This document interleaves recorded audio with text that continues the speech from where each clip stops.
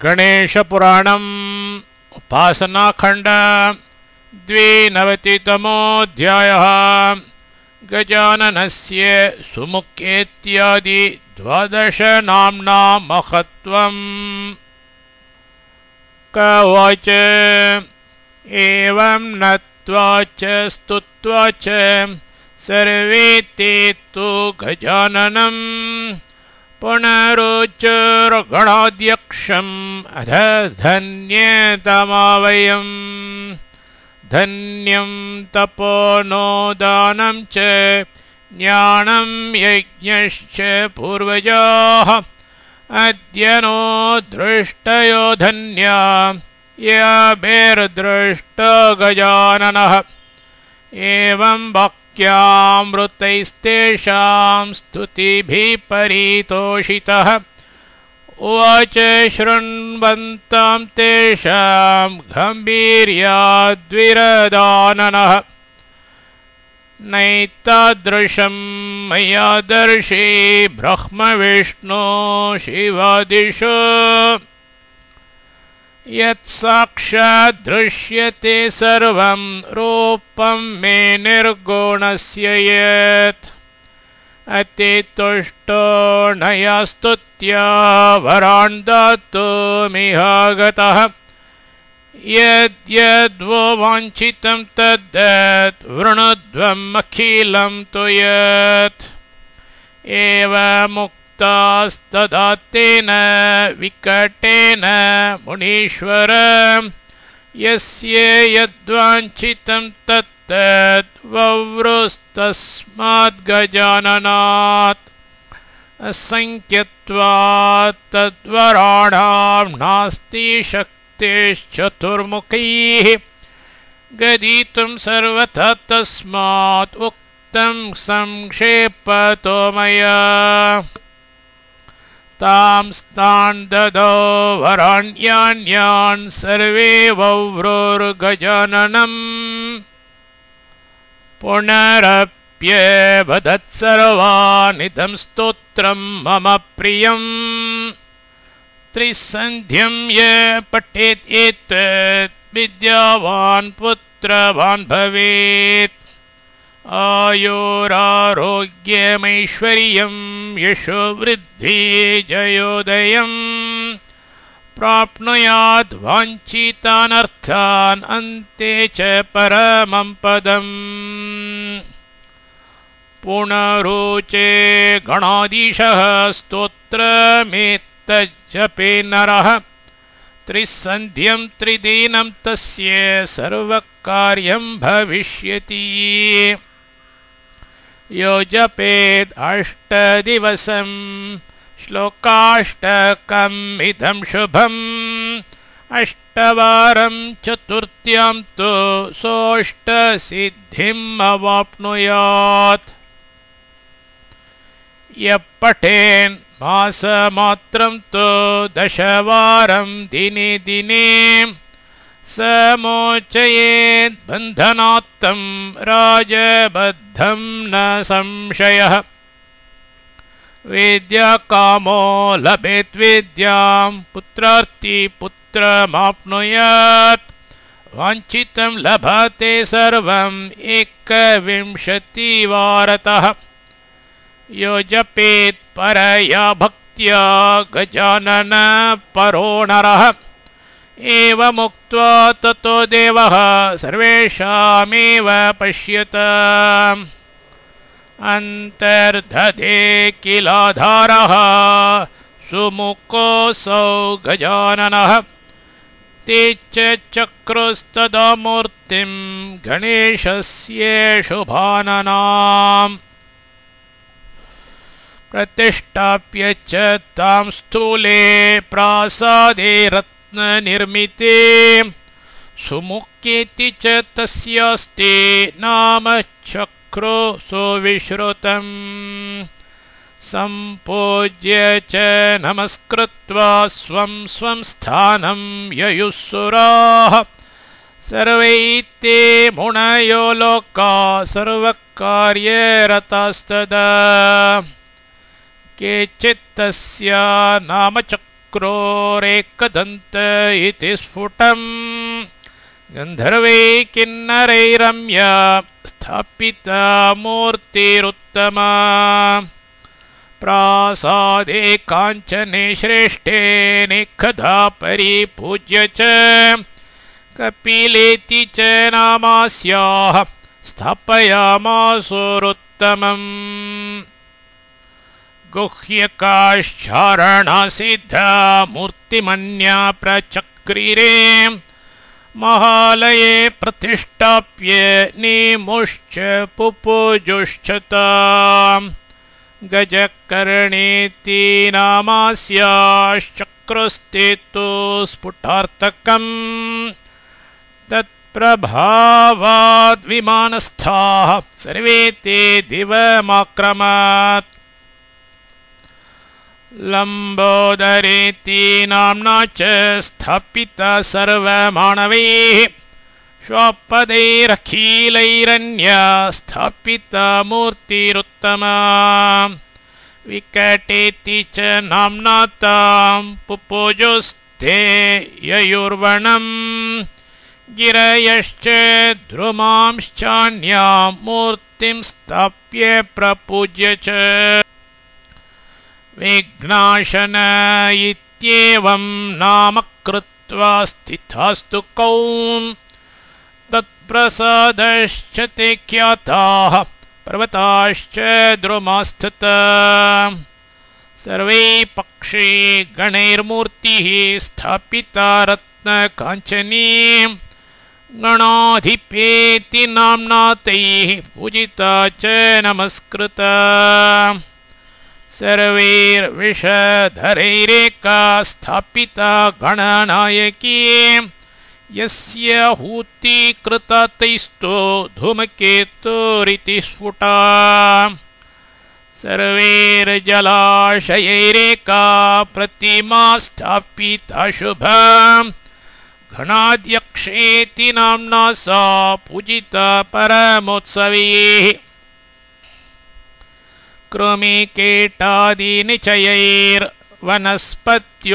कृमिकीटादिनिचयैर्वनस्पत्योषधिगणैः स्थापिता परामामूर्तेर्भालचन्द्रेति विश्रुता अन्यैरचेतनैरन्या रत्नप्रासादमध्यगा वैनायकी महामूर्तिः पूजिता भक्तिभावतः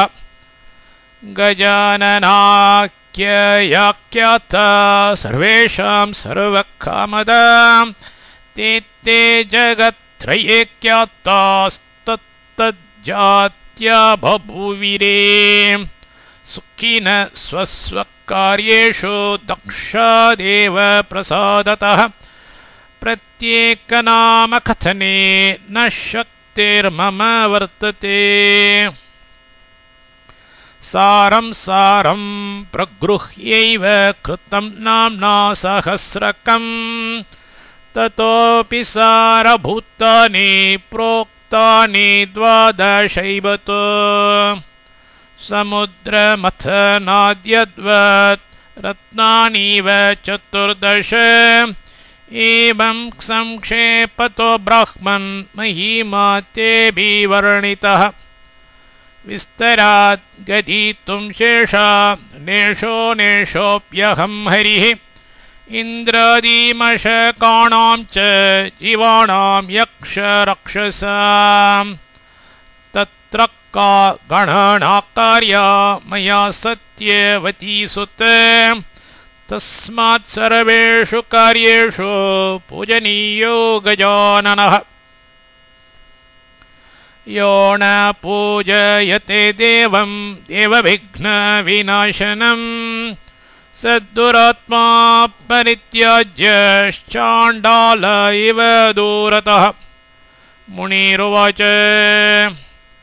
अनुक्रमेण कथय नामानि द्वादशैव मे श्रवणात् पठनादेशां सर्वं निर्विघ्नतामियात्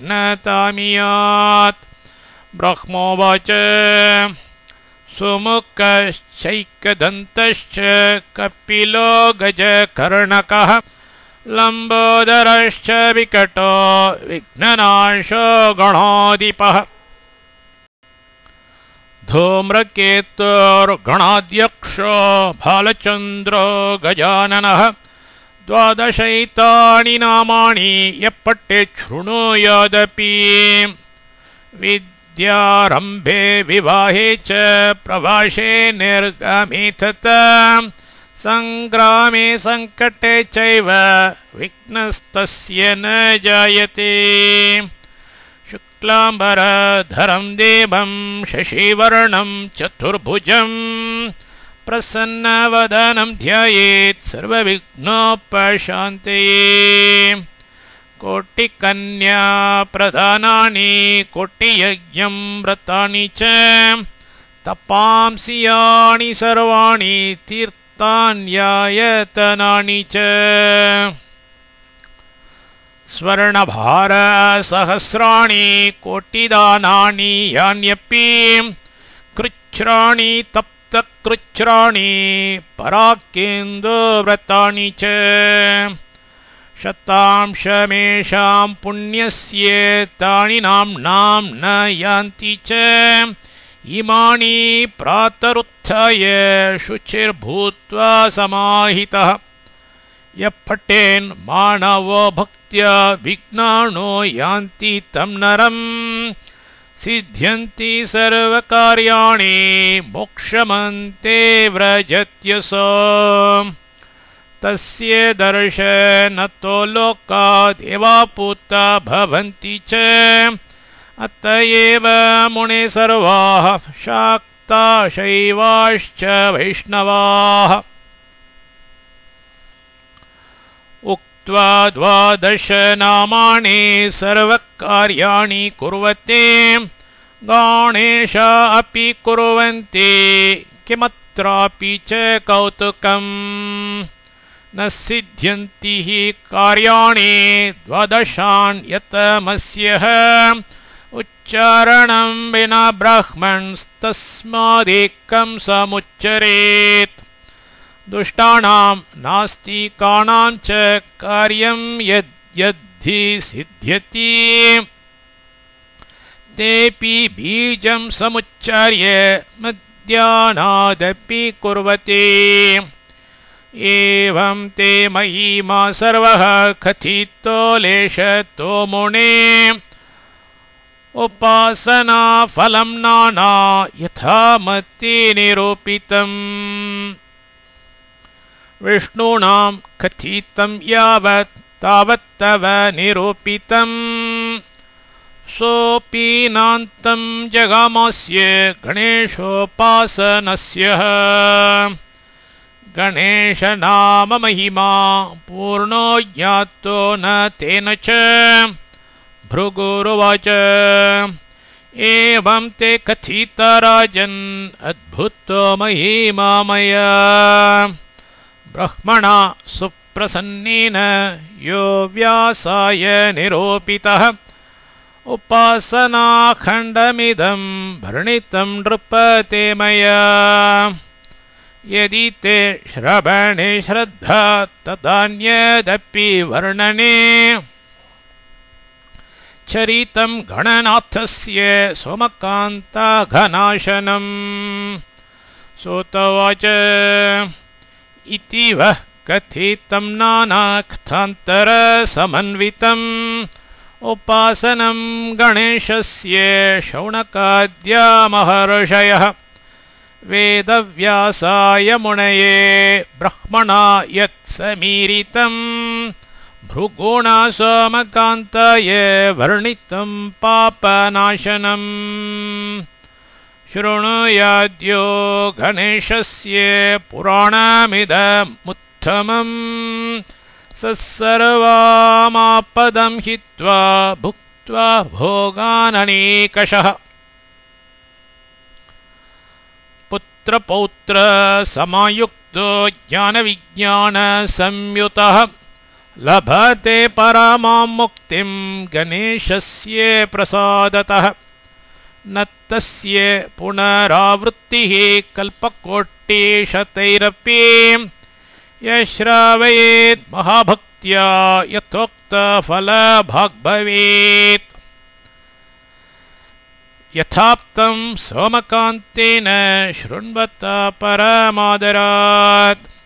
यथाप्तं सोमकान्तेन शृण्वत परमादरात्। इति श्रीगणेशपुराण उपासनाखण्डे ब्रह्मव्यास भृगु सोमकान्त संवादे गजानन नाम निरूपिणं नाम 92तमोऽध्यायः। श्रीमद्गजाननार्पणमस्तु। इति श्रीगणेशमहापुराणे उपासनाखण्डं समाप्तम्। ॐ